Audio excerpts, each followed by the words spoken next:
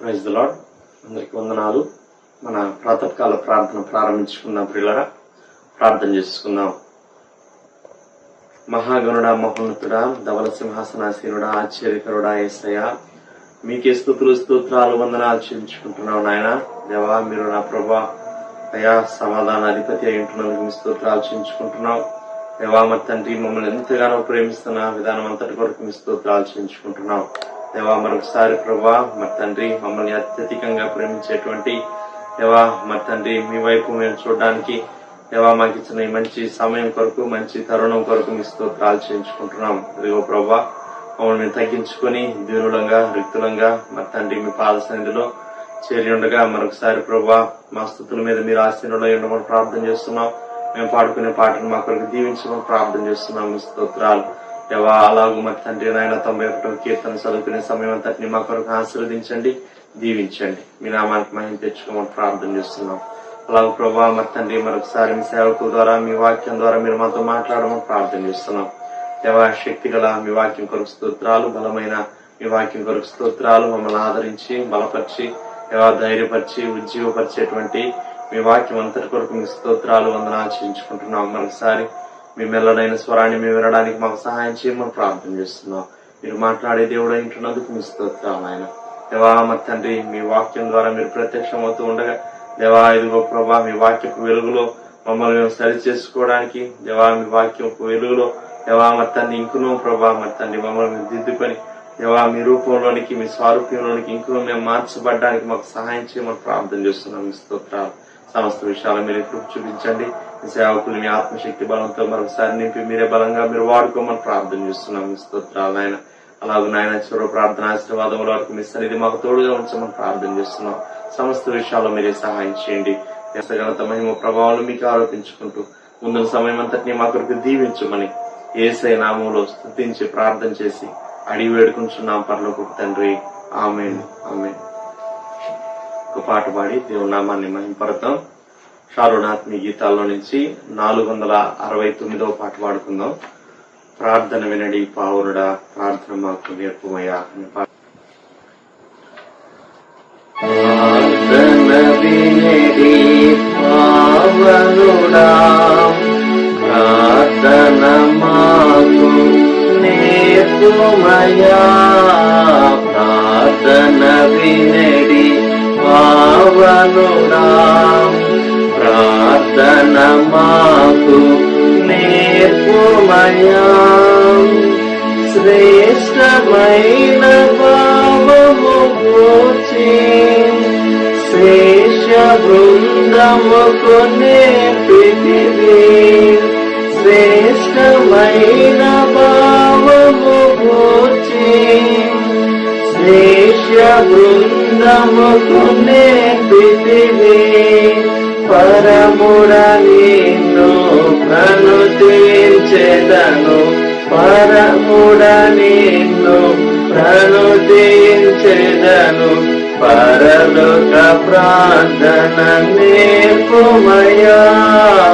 ప్రార్థన వినడి పావనుడా, ప్రార్థన మాకు నేర్పుమయ్యా. పరమదేవుడావని తెలిసి కరములెత్తి జంటగా మోచి. పరమదేవుడావని తెలిసి కరములెత్తి జంటగా మోచి. శిరమును వంచి సరిగను వేడి, శిరమును వంచి సరిగను వేడిన సుంకరి ప్రార్థన నేర్పుమయ్యా. ప్రార్థన వినడి పావనుడా, ప్రార్థన మాకు నేర్పుమయ్యా. దినములోన చేసిన సేవా దైవ చిత్తముకు సరిపోవా. దినములోన చేసిన సేవా దైవ చిత్తముకు సరిపోవా.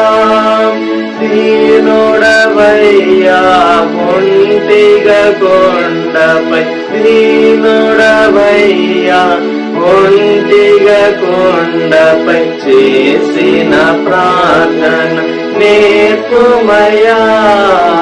ప్రార్థన వినడి పావనుడా, ప్రార్థన మాకు నేర్పుమయా. ఇలా ప్రకారంగా 91వ కీర్తన చదువుకుందాం పిల్లరా. మహోన్నతిని చాటున నివసించువాడే సర్వశక్తి నీడను విశ్రమించువాడు. మహోన్నతిని చాటున నివసించువాడే సర్వశక్తి నీడను విశ్రమించువాడు. ఆయనే నాకు ఆశ్రయము, నా కోట, నేను నమ్ముకున్న నా దేవుడని నేను యెహోవాని గురించి చెప్పుచున్నాను. ఆయనే నాకు ఆశ్రయము, నా కోట, నేను నమ్ముకున్న నా దేవుడని నేను యెహోవాను గురించి చెప్పుచున్నాను. వేటకాని ఊరిలో నుండి ఆయన నిన్ను విడిపించును, నాశనకరమైన తెగులు రాకుండా నిన్ను రక్షించును. వేటకాని ఊరిలో నుండి ఆయన నిన్ను విడిపించును, నాశనకరమైన తెగులు రాకుండా నిన్ను రక్షించును. ఆయన తన రెక్కలతో నిన్ను కప్పును, ఆయన రెక్కల క్రింద నీకు ఆశ్రయం కలుగును. ఆయన సత్యము కేడమును డాలునై ఉన్నది. ఆయన తన రెక్కలతో నిన్ను కప్పును, ఆయన రెక్కల కింద నీకు ఆశ్రయం కలుగును. ఆయన సత్యము కేడమును డాలునై ఉన్నది. రాత్రి వేళ కలుగు భయమునకైనను, పగటి వేళ ఎగురు బాణమునకైనను, రాత్రి వేళ కలుగు భయమునకైనను, పగటి వేళ ఎగురు బాణమునకైనను, చీకటిలో సంచరించు తెగులునకైనను, మధ్యాహ్నం మందు పాడు చేయు రోగమునకైనను నీవు భయపడుకుందువు. చీకటిలో సంచరించు తెగులుకైనను, మధ్యాహ్నం మందు పాడు చేయు రోగములకైనను నీవు భయపడకుందువు. నీ ప్రక్కన 1000 మంది పడినను, నీ కుడి పక్కన 10,000 మంది కూలినను అపాయం నీ యొద్దకు రాదు. నీ ప్రక్కన 1000 మంది పడినను, నీ కుడి ప్రక్కన 10,000 మంది కూలినను అపాయము నీ ఎదుకు రాదు. నీవు కన్నులారా చూచుచుండగా భక్తిహీనులకు ప్రతిఫలం కలుగును. నీవు కన్నులారా చూచుండగా భక్తిహీనులకు ప్రతిఫలం కలుగును. యెహోవా నీవే నా ఆశ్రయము అని నీవు మహోన్నతుడైన దేవుని నీకు నివాస స్థలంగా చేసుకుని ఉన్నావు. యెహోవా నీవే నా ఆశ్రయము అని నీవు మహోన్నతుడైన దేవుని నీకు నివాస స్థలముగా చేసుకుని ఉన్నావు. నీకు అపాయం ఏమీ రాదు, ఏ తెగులును నీ గుడారము సమీపించదు. నీకు అపాయం ఏమీ రాదు, ఏ తెగులును నీ గుడారం సమీపించదు. నీ మార్గములన్నిటిలో నిన్ను కాపాడుటకు ఆయన నిన్ను గూర్చి తన దూతలకు ఆజ్ఞాపించును. నీ మార్గములన్నిటిలో నిన్ను కాపాడుటకు ఆయన నిన్ను గూర్చి తన దూతలకు ఆజ్ఞాపించును. నీ పాదములకు రాయి తగలకుండా వారు నిన్ను తమ చేతుల మీద ఎత్తి పట్టుకుందరు.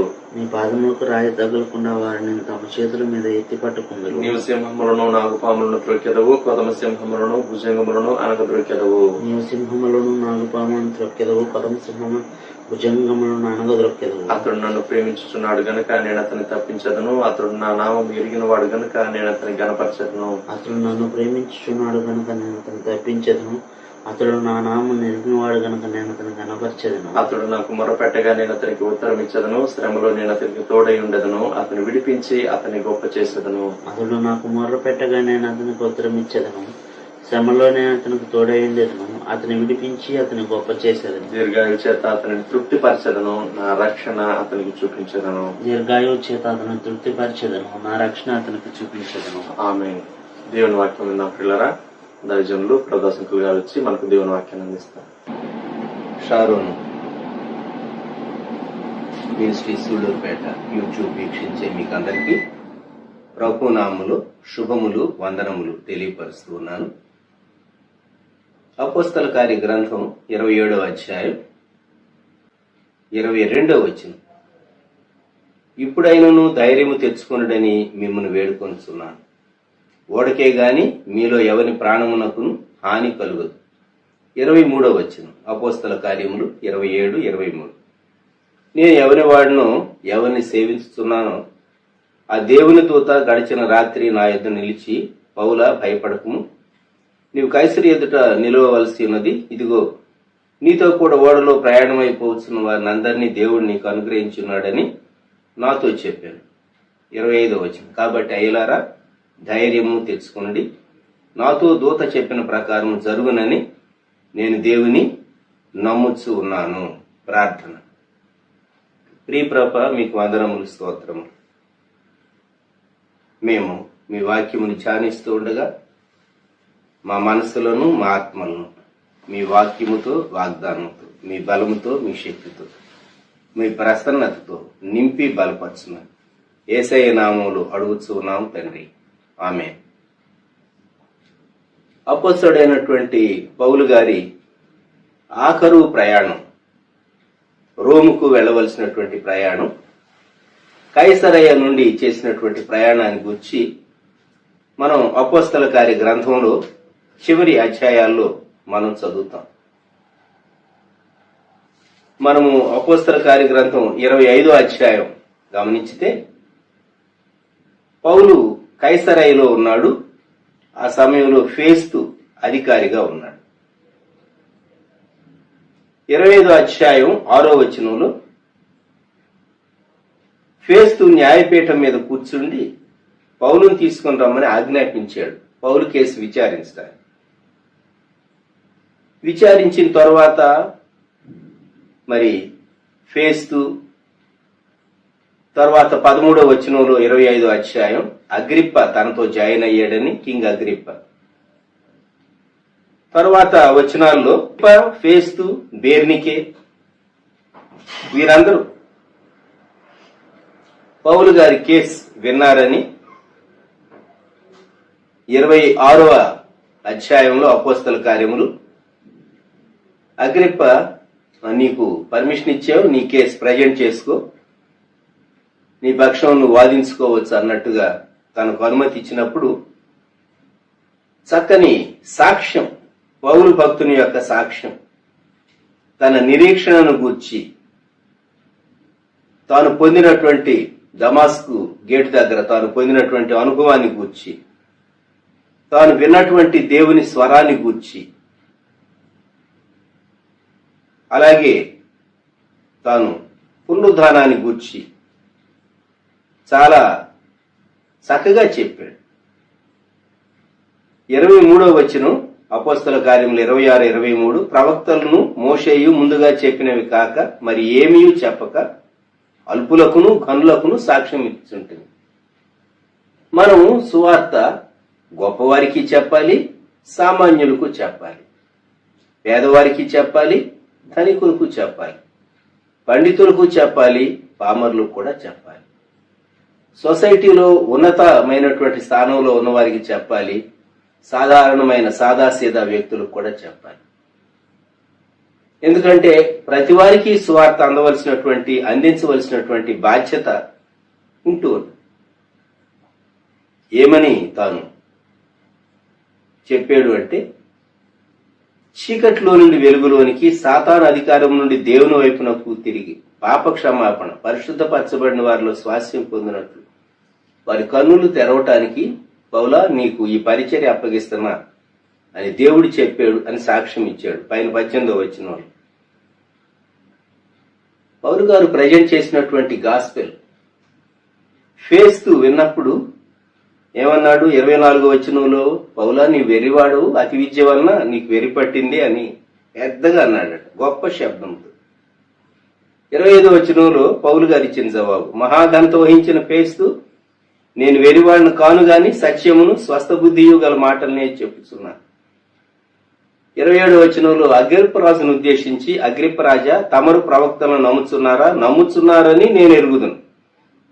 అప్పుడు అగ్రిప్ప అన్నాడు, ఇంత సులభంగా నన్ను క్రైస్తవునిగా చేయచూచున్నావే. 29 పౌలు అంతరంగంలో ఉన్నటువంటి ఉద్దేశాన్ని వెల్లడిపరుస్తున్నాడు. సులభముగానో దుర్లభముగానో తమరు మాత్రము కాదు, నేడు నా మాట విని వారందరూ ఈ బంధకములు తప్ప నా వలె ఉండునట్లు దేవుడు అనుగ్రహించునుగాక. Except for these chains. So సంఖ్యలలో బంధించబడినటువంటి వాడుగా, చెరసాల్లో ఉన్నటువంటి వాడుగా, ఎంతో కాలం తాను ట్రయల్ కొరకు వెయిట్ చేసినటువంటి వాడుగా, రిమాండ్ ఖైదీగా ఉంచబడినటువంటి వ్యక్తిగా ఉన్నటువంటి పౌలు ఒక మాట చెప్పాడు, ఈ బంధకాలు తప్ప మిగిలినవన్నీ నేను ఎలాగూ యేసుక్రీస్తు ప్రభు చేత సన్నింపబడి ఆయన యందు నేను జీవిస్తూ ఉన్నాను. అటువంటి జీవితం, యేసుక్రీస్తు ప్రభువులో ఉన్నటువంటి శక్తి, జీవం, పాపక్షమాపణ. అందుకే విశ్వాసము చేత పాపక్షమాపణ, చీకట్లో నుండి వెలుగునకు నడిపించబడే అనుభవం. ఇవి ప్రతి ఒక్కరూ పొందాలి అనేది నా ఆకాంక్ష అని స్పష్టంగా చెప్పాడు. వాళ్ళందరూ బయటికి వెళ్లి జ్యూరీ అందరూ మాట్లాడుకున్నారు. మరణమునకు గాని 31వ వచనం బంధకాలకు గాని తగింది ఏది చేయలేదు. సీజర్ ముందు, చక్రవర్తి ముందు, రోములో తాను చెప్పుకుంటాను అంటూ ఉన్నాడు. కాబట్టి చెప్పుకుంటాను అని అంటే విడుదల చేయొచ్చు. 32వ వచనం.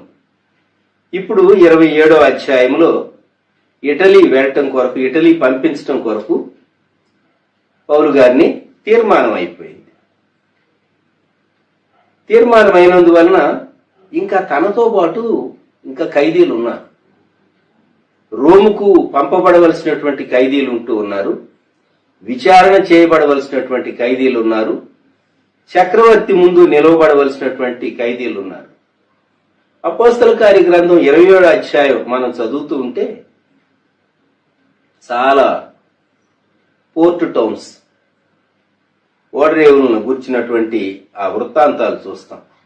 27వ అధ్యాయం మొదటి వచనంలో మేము అని వ్రాయబడింది గనుక వైద్యుడైన లోక పౌలు భక్తునితో ఉన్నాడు అని మనము జ్ఞాపకం పెట్టుకోవాలి. వీళ్ళు ప్రయాణం ప్రారంభించింది 2వ వచనం అద్రిముత్తియ పట్టణం. అక్కడి నుండి స్టార్ట్ అయ్యారు. అక్కడి నుండి స్టార్ట్ అయి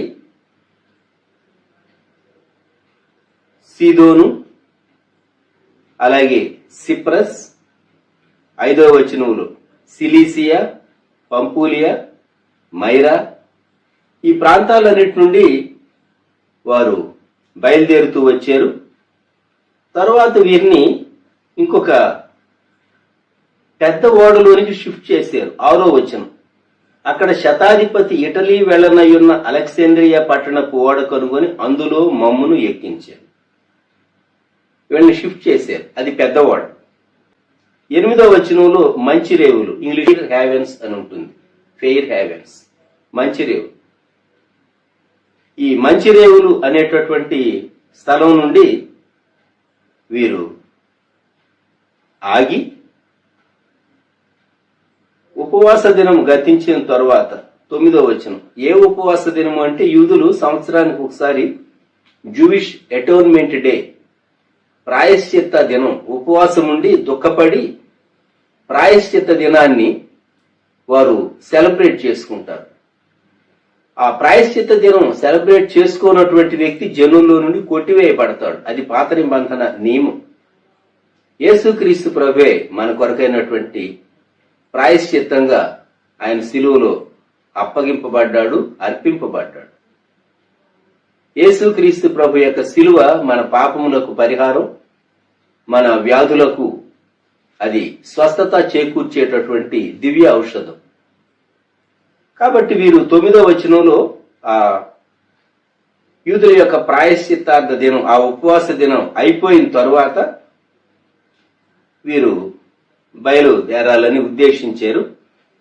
అయితే పౌలు గారికి అప్పటికే ఈ సముద్ర ప్రయాణాల్లో సువార్తను బట్టి విశేషమైనటువంటి అనుభవం ఉన్నది. 10వ వచనంలో ఈ ప్రయాణం వలన సరకులకును ఓడకును మాత్రమే కాక మన ప్రాణములకు కూడా హానియు బహు నష్టమును కలుగునట్లు నాకు తోచుచున్నదని చెప్పి వారిని హెచ్చరించారు. కొన్ని మార్లు దేవుని బిడ్డలైన వారికి ఒక నడిపింపిస్తాడు దేవుడు. జరగబోయేది ఇలా ఉంటుంది అనేటటువంటిది బ్రాడ్గా ఒక విషయం అర్థమవుతుంది. ఒక నడిపింపిస్తాడు. అది దేవుని ఆత్మ నుండి కలిగేటటువంటి నడిపింపు. మనం కొంచెం సెన్సిటివ్గా ఉంటేనే అది మనం గ్రహించగలం. లేకుంటే రఫ్గా ఉంటే ఏదోలే అని ముందుకెళ్తాం, అప్పుడు నష్టాన్ని చూస్తాం. గుర్తుపెట్టుకోండి. మనం నిర్లక్ష్యంగా ముందుకెళ్ళిపోతే నష్టాన్ని చూచే అపాయం ఉంటుంది. అందుకే ఆత్మదేవుడు ఏం చెప్తున్నాడు, ఆత్మలో దేవుడిచ్చే నడిపింపు ఎలా ఉంది, ఎప్పటికప్పుడు మనం చెక్ చేసుకుని మనం చేసే ప్రయాణాలు, మనం కొనే వస్తువులు, మనం తీసుకునే నిర్ణయాలు, మనం ఇన్వెస్ట్ చేసేటటువంటి విషయాలు, చదువులు, వివాహాలు, విద్య, అన్ని విషయాలు, కెరియర్ విషయాలు, దేవుని ఆత్మ యొక్క నడిపింపు మనం పొందటం చాలా ప్రాముఖ్యమైంది. ఇప్పుడు శతాధిపతి వీరిని తీసుకుని వెళ్లి రోములో అప్పగించవలసిన బాధ్యత కలిగి ఉన్నాడు. ఓ ప్రక్క పౌలు గారేమో వద్దంటున్నాడు. ఆ ఓడ యొక్క కెప్టెన్ ఏమంటున్నాడంటే, ఓడ యొక్క యజమానుడు, నావికుడు, ఓడ యొక్క యజమానుడు ఇద్దరు. ఏం పర్వాలేదు, మనం చేరిపోతాం, మనం రోమ్ వెళ్ళిపోతాం, కాబట్టి ప్రయాణం చేద్దాం అన్నారు. సరే, వీరు ఫీనిక్స్కి వెళ్ళారు. అక్కడ ఫీనిక్స్కి వెళ్ళిన తర్వాత క్రేతు ప్రాంతానికి వెళ్ళారు. అక్కడి నుండి గాలి స్టార్ట్ అయిపోయింది. ఊహించనంత వీరి ఓడ కొట్టుకుని పోతూ ఉన్నది. గమనించండి, వీళ్ళు ఎంతో అనుభవజ్ఞులైనటువంటి ఓడ నావికులు. వీరు చాలా తిప్పలు పడ్డారు. అయినా కూడా 17వ వచనం, ఓడ చుట్టూ తాళ్లు మొదలైనవి తీసుకుని ఓడ చుట్టూ బిగించి కట్టిరి, మరియు సూర్తిసను ఇసుక తిప్పి మీద పడుదుమేమో అని భయపడి ఓడ చాపలు దింపివేసి కొట్టుకొని పోయారు. మిక్కిలి పెద్ద గాలి కొట్టుచున్నందున మన్నాడు సరుకులు పారవేయసాగి ఓడను షిప్ను తేలిక చేయటానికి కొంత సరుకులు చేజేతులారా సముద్రంలో పడేస్తూ ఉన్నారు. 18వ వచనం, 3వ దినమందు తమ చేతులారా ఓడ సామగ్రి పారవేసిరి. 20, కొన్ని దినములు సూర్యుడైనను నక్షత్రములైనను కనబడక పెద్ద గాలి మా మీద కొట్టినందున ప్రాణములతో తప్పించుకొందుమను ఆశ బొత్తిగా పోయెను. ఇది పరిస్థితి. జీవిత యాత్రలో ప్రయాణం చేస్తూ ఉండగా ఒక పరిస్థితి రావచ్చు. ప్రారంభంలో మనం ఆ డెసిషన్ తీసుకునేటప్పుడు ఉన్నటువంటి వాతావరణం పూర్తిగా మారిపోవచ్చు. భిన్నమైనటువంటి వాతావరణం, ఊహించినటువంటి గాలి, ఊహించినటువంటి పరిస్థితులు ఎదురైనప్పుడు ఏమి చేయాలి? సరుకులు పారవేశారు, అయినా సాఫీగా సాగుతుందా యాత్ర? ఉపవాసం, భోజనం లేకుండా ఉన్నారు. వారు బహుకాలము భోజనము లేక ఉన్నందున 21వ వచనం, ఒక ప్రక్క కొన్ని ఆహార పదార్థాలు ఉండుండొచ్చు, కొన్ని సరుకులే పడేసేసారు. కొన్ని ఆహార పదార్థాలు స్టోర్ చేసుకున్న ఆహారం కొరకు అవి కూడా పడేస్తుంటారు. ఇప్పుడు పౌలు భక్తుడు అంటూ ఉన్నాడు 21వ వచనంలో, మీరు నా మాట విని క్రేతు నుండి బయలుదేరకయే ఉండవలసింది, అప్పుడు ఈ హానియు నష్టమును కలుగకపోవును. ఇప్పుడైనను ధైర్యము తెచ్చుకొనుడని మిమ్మును వేడుకొనుచున్నాను. అనుకోకుండా బయలుదేరాం, ఒక నిర్ణయం చేశాం, ముందుకెళ్ళాం. ఇప్పుడు ఏం చేయాలి? ఆ నిర్ణయాన్ని వెనక్కి తీసుకెళ్ళలేం. ఓడ వెనక్కు రిటర్న్ అయ్యి ఎక్కడ స్టార్ట్ అయిందో అక్కడికి చేరటానికి వీల్లే, ముందుకే వెళ్ళాలి. జీవిత ప్రయాణం కూడా అలాగే ఉంటుంది. మనం మన జీవితంలో ముందుకే వెళ్లాల్సి వస్తుంది. అయితే ముందు నెక్స్ట్ స్టెప్ ఎక్కడ వేయాలి? నెక్స్ట్ డెసిషన్ చేయవలసి వస్తే ఏం చేయాలి? ఎటు చూచినా చీకటి, నిరాశ, నిస్పృహ కనబడుతూ ఉంటాయి. విశ్వాసి ఏం చేయాలి? పౌలు భక్తుని అనుభవం చూద్దాం. పౌలు గారు ఏమంటున్నాడంటే అపోస్తల కార్యములు 27-23, నేను ఎవని వాడనో ఎవరిని సేవించుచున్నానో ఆ దేవుని దూత గడిచిన రాత్రి నా యొద్ద నిలిచి. శ్రమకాలంలో మన భక్తి మనకు ధైర్యం పుట్టించాలి. యోబును అన్నారు, నీ భక్తి నీకు ధైర్యం పుట్టించుతారు. కష్టకాలాల్లో మనం సేవించేటటువంటి దేవుడు మనతో ఉన్నాడని మనం లోకానికి చూపించగలగాలి. మన ఆత్మలో ఆ నిశ్చయత కలిగి ఉండాలి. లోకం కూడా అది ఎక్స్పెక్ట్ చేస్తుంది మన నుండి. ఎందుకంటే ఆ రాత్రి దర్యావేషుకు నిద్రపట్టలేదు. దానియేలు గ్రంథంలో ఉదయాన్నే చాలా తొందరగా ఆ గుహ దగ్గరకు వచ్చాడు, లయన్స్ డెన్ దగ్గరకు. జీవము గల దేవుని సేవకుడు అయిన దానియేలు, నిత్యము నీవు సేవించున్నటువంటి దేవుడు నిన్ను రక్షించిన, సింహాల నోటి నుంచి కాపాడాడా అని అడిగినప్పుడు, నేను నా దేవుని దృష్టికి నిర్దోషినిగా కనబడితిని గనుక దేవుడు తన దూత నంపించి సింహం నోళ్లు మూయించాడు. రాజా, నీ దృష్టికి నేను తప్పు చేయలేదు కదా అని అడిగాడు. మనము సేవించేటటువంటి దేవుడు, నేను ఎవని వాడను, ఎవనిని సేవించుతున్నాను. మనం యేసుక్రీస్తు ప్రభు యొక్క ఆస్తి. మనం ఆయన గొర్రెలు, లేక యేసుక్రీస్తు ప్రభు యొక్క బిడ్డలు, విశ్వసించినటువంటి వారు, ఆయనకి ఇష్టమైనటువంటి వారు, ఆయన రక్తం చేత కొనబడినటువంటి వారు. మన పద్ధతులు లోకానికి కొంచెం భిన్నంగా ఉంటాయి. లోకం గ్రహించలేదు మన పద్ధతులు, మనం చేసేటటువంటి నిర్ణయాలు, ఇవన్నీ లోకానికి కొంచెం విచిత్రంగా కనబడుతూ ఉంటాయి. అయితే ఇక్కడ పౌలు గారు చాలా ధైర్యంగా చెప్తున్నాడు, నేను ఎవని వాడను, ఎవనిని సేవించుతున్నాను. మన జీవితంలో ఒక కష్ట పరిస్థితిలోనికి వెళ్ళి మనం కొన్ని రుజువుపరచవలసి వస్తుంది. మనము నిజంగా దేవుని సేవిస్తూ ఉన్నాం. కొందరు దేవుని సేవించినట్టుగా కనబడతారు, కానీ టెస్టింగ్ టైం వచ్చినప్పుడు ఫెయిల్ అవుతూ ఉంటారు. సంవత్సరం అంతా చదివినట్టు కనబడుతూ ఉంటారు కొందరు పిల్లలు, కానీ ఎగ్జామ్లో వారి పెర్ఫార్మెన్స్ మార్క్స్ను బట్టి కొంత మటుకు మనం చెప్పవచ్చు వారు ఎలా చదివేరు అనేది. అది 100% అని నేను అన్నగాని కొంత మటుకు చెప్పవచ్చు.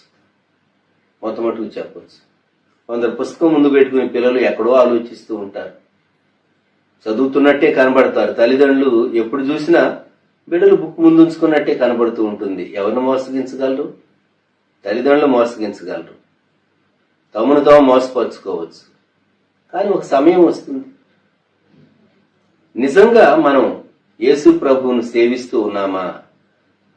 ఒకవేళ సేవించినా ఏ ఉద్దేశంతో సేవిస్తూ ఉన్నాము? మన స్వలాభం కొరక, గౌరవం కొరక, మనుషుల మెప్పు ఘనత కొరక, లేక ఇంకా ఏదో ఆశించి చేస్తూ ఉన్నామా? లోకం చూస్తూ ఉంటారు. నేను ఎవని వాడను, ఎవనిని సేవించుతున్నాను. దేవుడు తన దూతను పంపించాడు. ఆ దేవుని దూత గడిచిన రాత్రి నా యొద్ద నిలిచి, పౌలా భయపడకుము. దమస్కు మార్గం దగ్గర ప్రభువే మాట్లాడాడు, మరి ఇక్కడ దూతను ఎందుకు పంపించాడు? అది దేవుని సార్వభౌమ చిత్తం. జ్ఞాపకం పెట్టుకుందాం. దేవుడు తన దూతను పంపించాడు. ఆ దూత పౌలుతో చెప్పిన మాట, భయపడకు. పౌలు గారు భయపడుతూ ఉన్నాడు. ఒక ప్రక్క తనకు వాగ్దానం ఉన్నది, అయినా కూడా తాను భయపడుతూ ఉన్నాడు. 23వ అధ్యాయం 11వ వచనంలో దేవుడు తనకు ఒక వాగ్దానం ఇచ్చాడు.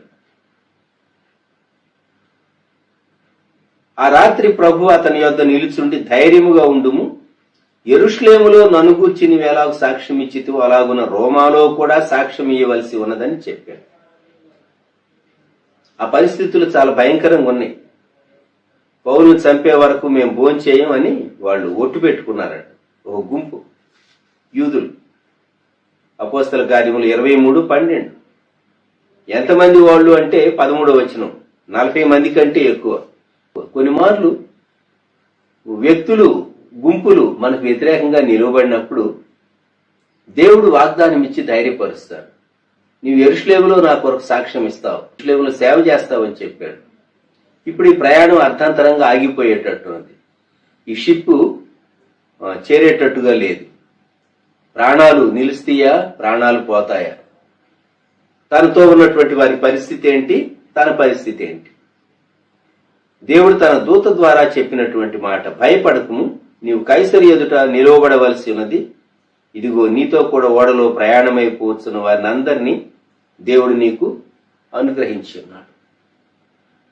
మనం ప్రయాణం చేసేటప్పుడు ఖచ్చితంగా లైఫ్ జర్నీ మనతో దేవుని సన్నిధి ఉన్నదా లేదా అని ఎప్పటికప్పుడు చెక్ చేసుకోవాలి.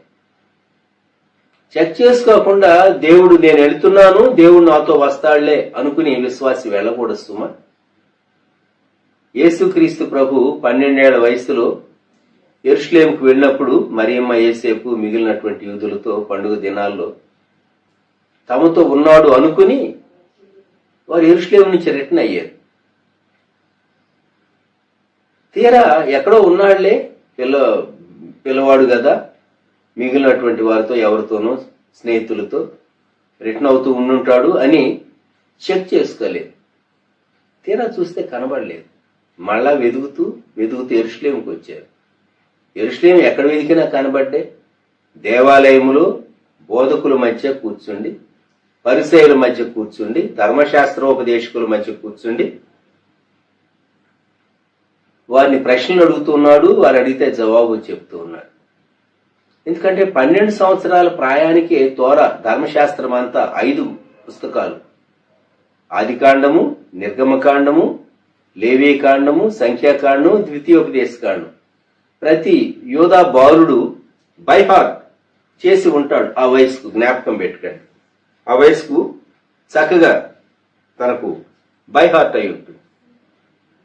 అందుకే వారు అడిగిన వాటికి జవాబు చెప్పాడు. తాను వారిని ప్రశ్నలు అడుగుతూ ఉన్నారు. వారు విస్మయం పొందారు. అక్కడ ఉన్నటువంటి వారు, ఇంత పాండిత్యమా నజరేతులో పెరిగినటువంటి ఈ బిడ్డకు ఇంత పాండిత్యమని వారు ఆశ్చర్యపోయారు. మనతో ప్రభు ఉన్నాడా లేదా ఒక్కొక్క స్టెప్. ఎందుకంటే ఒక డెసిషన్ మనం చేస్తాం, ముందుకెళ్తాం. అది దేవుని చిత్తానుసారం కాని డెసిషన్ అయితే ప్రభు ఆగిపోవాలి. కొన్ని మార్లు ఆ సిచ్యుయేషన్ అంతటిని కంప్లీట్ గా కంట్రోల్ చేయగలిగినటువంటి అథారిటీ భక్తుడైనటువంటి పౌలుకు లేదు. తాను ఒక ప్రిజనర్ గా మాత్రమే ఉంటూ ఉన్నాడు. ఆ కెప్టెన్ యూలి 27వ అధ్యాయం 1వ వచనం. యూలి చాలా తన పట్ల దయ కలిగి ఉన్నాడు.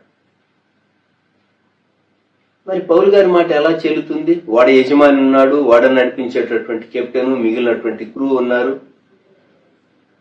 ఇలాగూ వారు నిర్ణయం చేస్తారు.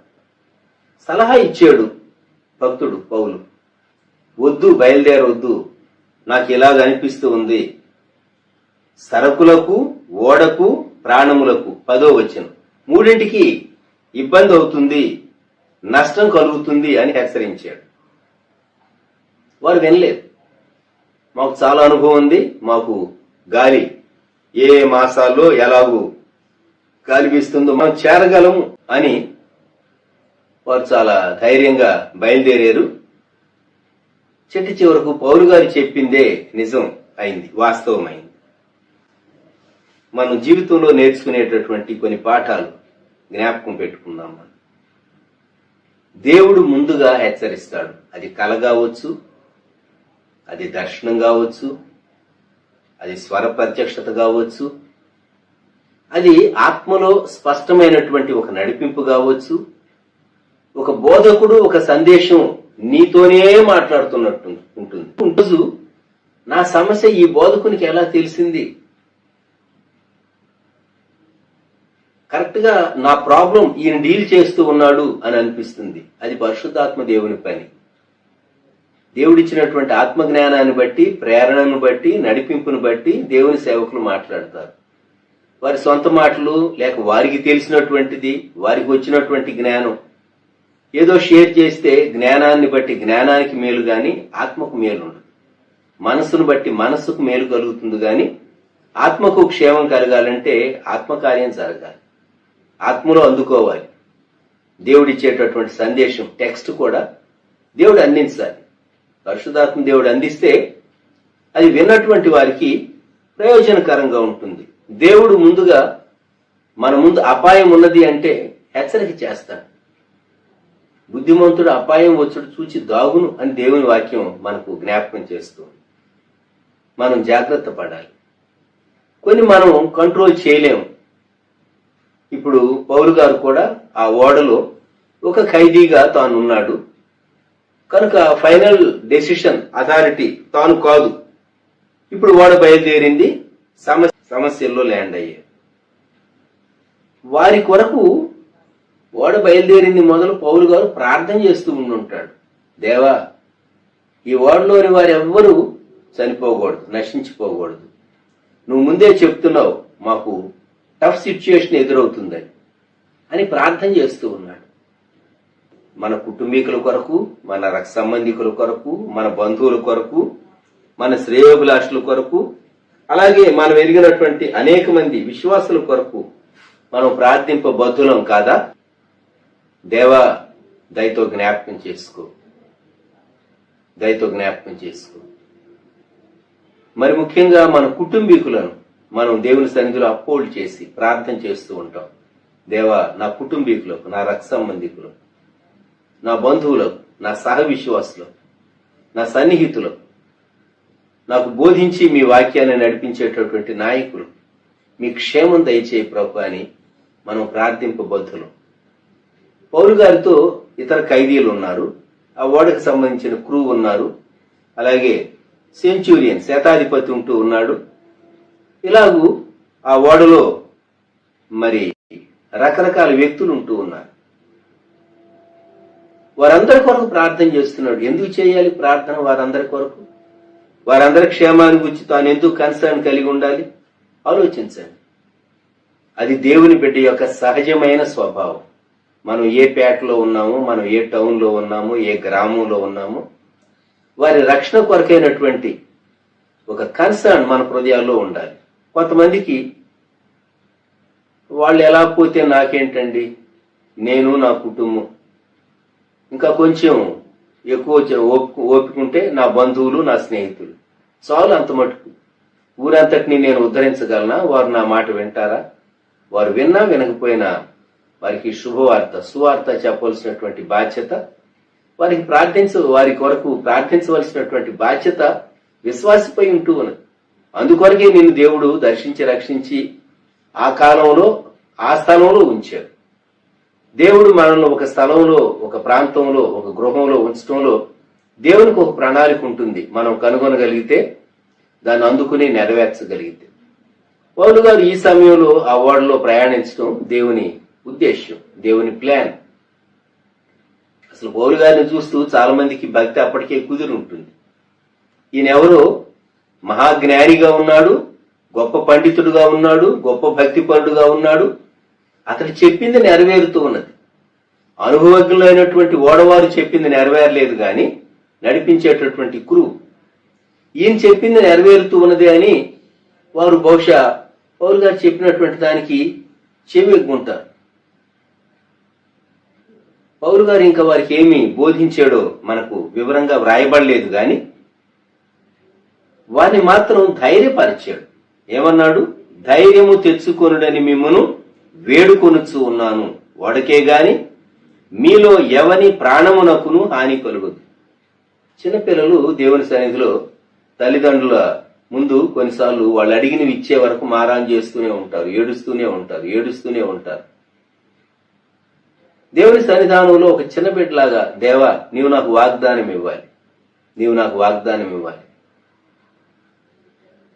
మా కుటుంబీకులు నశించిపోరు అనేటటువంటి ఒక వాగ్దానం నీవు నాకు దయచేయాలి ప్రభు అని చెప్పి నీవు ప్రభు సన్నిధానంలో అడుగు. పౌలు గారు అటువంటి వాగ్దానం పొందాడు. ఓడకే గాని మీలో ఎవరి ప్రాణమునకును హాని కలుగుతూ దూత వచ్చి దేవుడు నీ ప్రార్థనకు జవాబుగా నీతో ఉన్న వారందరి ప్రాణాలను, క్షేమాన్ని అనుగ్రహించాడు అని దూత చెప్పినటువంటి మాట. భయపడవద్దు, నీవు కైసరు ఎదుట నిలువబడవలసినది. ఇదిగో నీతో కూడా ఓడలో ప్రయాణమైపోవచ్చున్న వారందరినీ దేవుడు నీకు అనుగ్రహించున్నాడని నాతో చెప్పాను. కాబట్టి అయ్యలారా ధైర్యం తెచ్చుకోండి. నాతో దూత చెప్పిన ప్రకారం జరుగునని నేను దేవుని నమ్ముచూ ఉన్నాను. ఆ తరువాత చరిత్ర, వాళ్ళు క్షేమంగా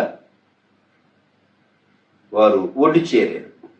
ఎంతమంది అంటే 37వ వచనం, ఓడలో ఉన్న మేమందరము 276 276.